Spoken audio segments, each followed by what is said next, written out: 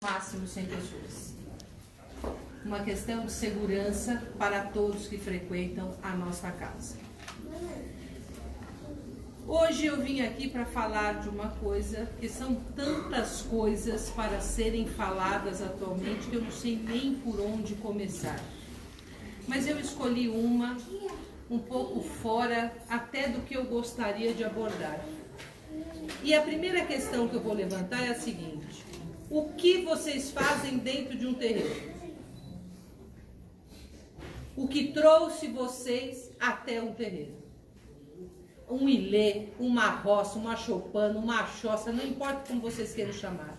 O que fez com que vocês saíssem da casa de vocês, se locomovessem numa sexta-feira, não estão tomando uma cerveja em outro lugar, vieram tomar cerveja com Exu, hoje aqui. O que fez? O que motiva vocês? O que é que dentro de cada pessoa que está aqui, a nossa sociedade não é capaz de complementar, de dar?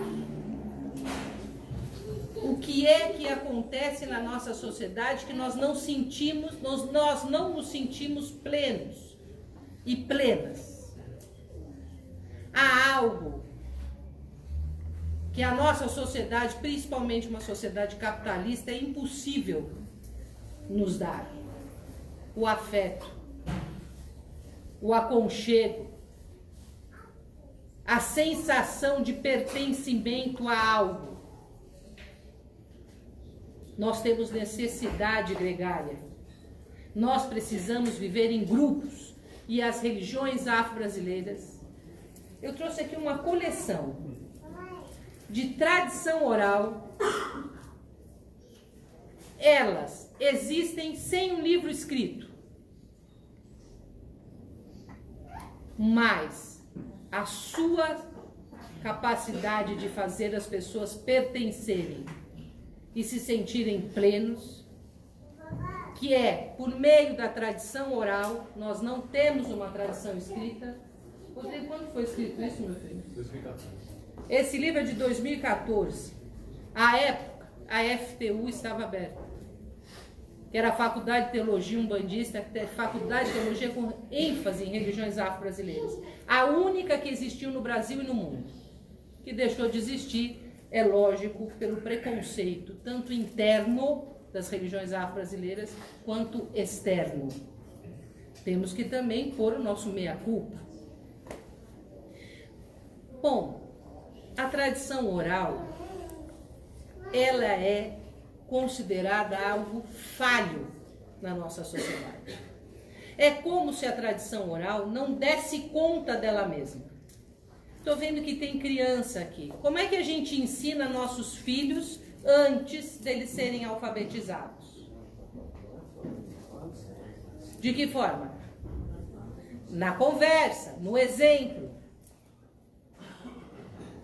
Uma atitude vale mais do que 1000 palavras, não é isso que a gente aprendia?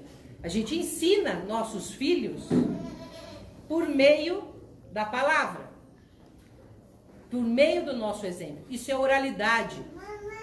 Não existe uma sociedade essencialmente de tradição escrita e uma sociedade essencialmente oral. No período em que nós vivemos, há sim oralidade secundária, ou seja, uma oralidade que convive com a escrita, mas nunca deixou de fazer parte do sistema gregário e de convivência a oralidade. Mas um dia, alguém nos disse o seguinte: o homem que fala mente mais do que o homem que escreve. Mas não é o mesmo ser humano? Não é o mesmo ser humano que escreve e que fala? Logo, a possibilidade de mentir e falar a verdade é na mesma medida. E isto levou a achar que nós, de tradição oral, somos pessoas incapacitadas, pessoas primitivas, pessoas que não temos condições de gerir a nossa religiosidade. Mas nós temos. Eu aprendi no terreiro. Fala assim, mas você escreveu? Escrevi. Tem outro ainda aqui, ó, Exu e Pombagira. Quem quiser comprar, tá à venda. É da editora Arqué. Tem outro, um livro chamado Escolas, de Francisco Rivas Neto, meu pai de santo, meu babá, meu falecido babá.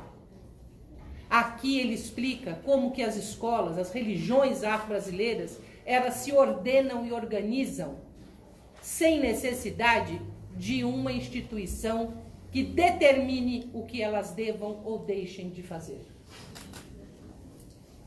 Então, as religiões de tradição oral, elas são por si e per si religiões que convivem e têm sua autogestão, que é difícil.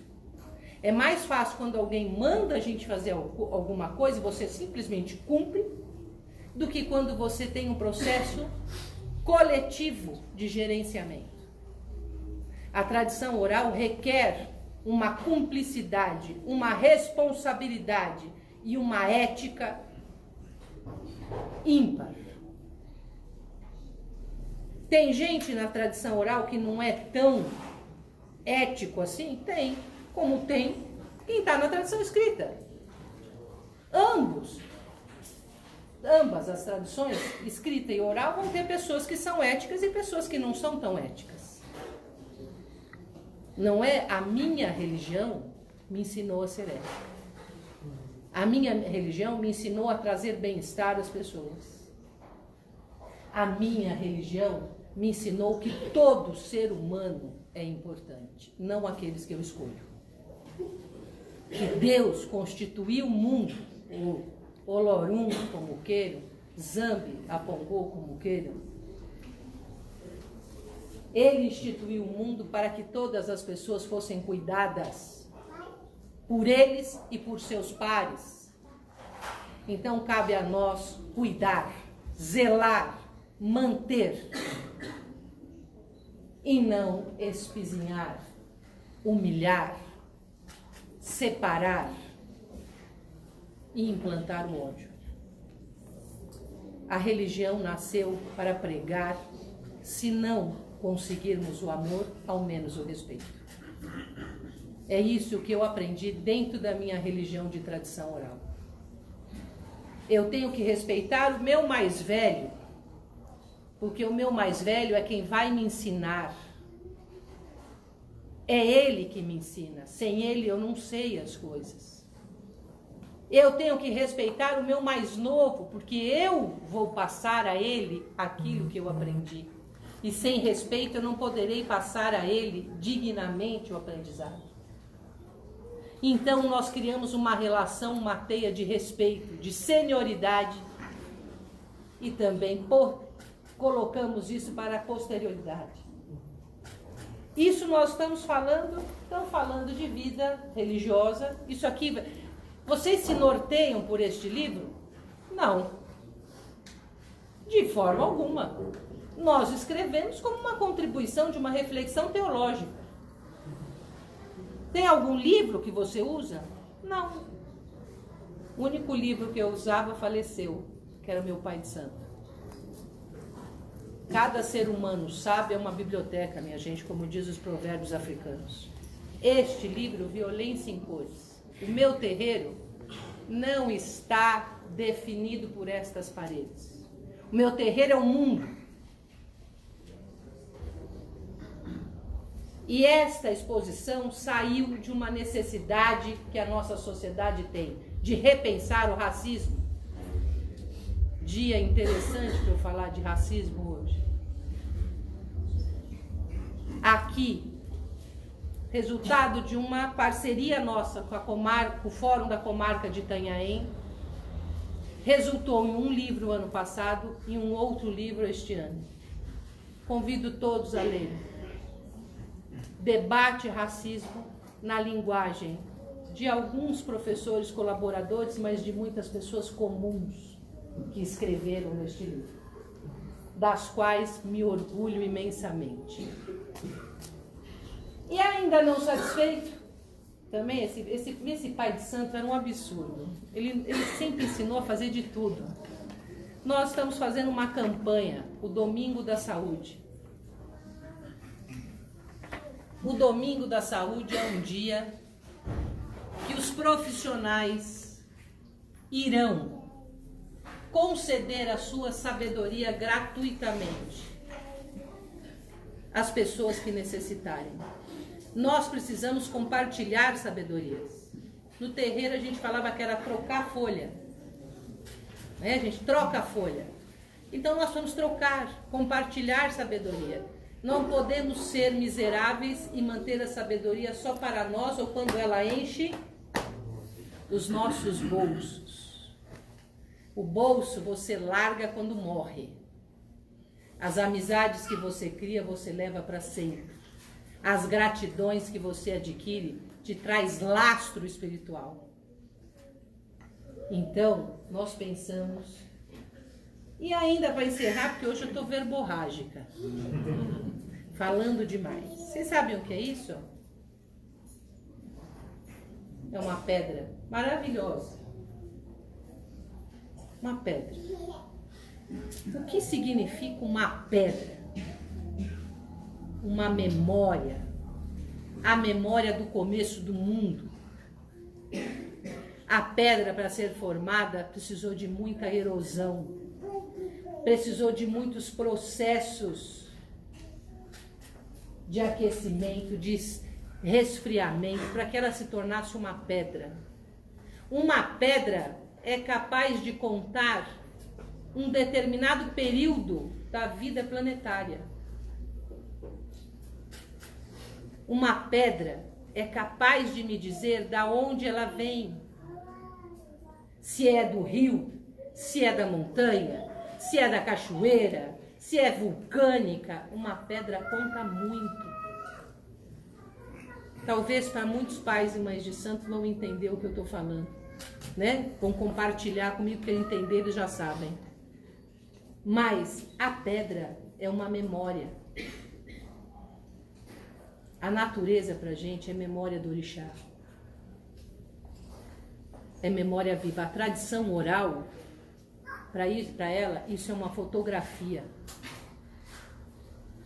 A tradição oral, ela valoriza a natureza porque são fotografias do mundo.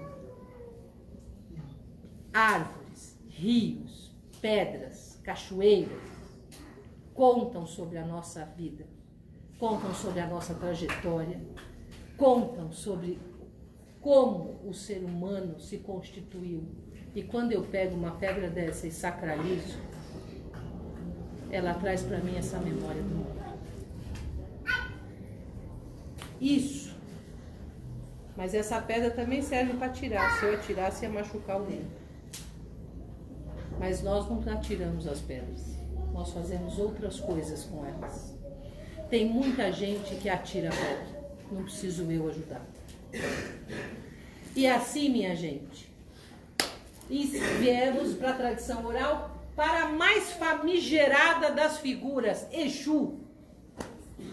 Minha casa está cheia, lotada de pessoas aqui e lá fora, que vieram atrás de Exu e Pombagira.